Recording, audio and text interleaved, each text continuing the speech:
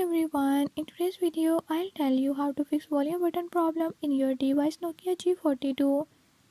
In this video I'm gonna share few tips that you can use to fix it. If you found these tips helpful, press the subscribe button and ring the notification bell. Make sure to watch complete video and learn how you can do it. Let's watch the video.